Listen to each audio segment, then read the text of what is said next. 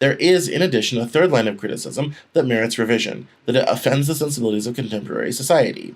Sebe has documented how the founding figures of Western colonialism in Africa, such as Livingstone in Zambia, Lugard in Nigeria, and De Brazza in Congo, are enjoying a resurgence of official and social respect in those countries now that the romanticized pre-colonial and disappointing post-colonial approaches to governance have lost their sheen.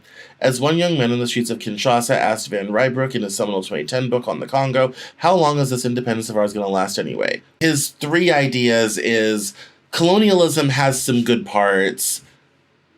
We should encourage that in some certain cases, and ultimately maybe think about, starting some new colony, having some people who just choose to live under the authority and the system of other Western, nations sort of thing. The case for the past record of Western colonialism, usually referring to British, French, German, Belgian, Dutch, and Portuguese colonies from the early 19th to mid-20th centuries, rests on overturning two distinct lines of criticism: that it was objectively harmful rather than beneficial, and that it was objectively illegitimate rather than legitimate. There is, in addition, a third line of criticism that merits revision, that it offends the sensibilities of contemporary society.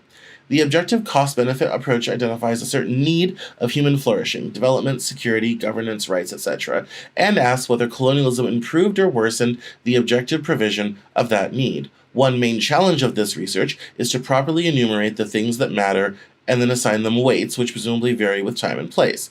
In a brutally patriarchal society, for instance, access to justice for women may have been more important than the protection of indigenous land rights, which may be part of that patriarchy.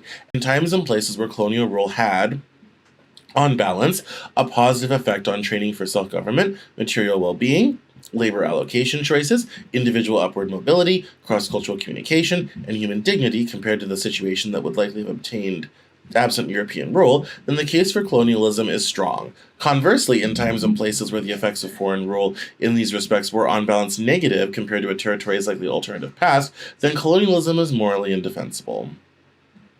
Beyond these requirements, there's a list of simple epistemic virtues, non-biased data, and case selection, for instance, that requires that evidence be gathered in a way that does not confirm the hypothesis at stake.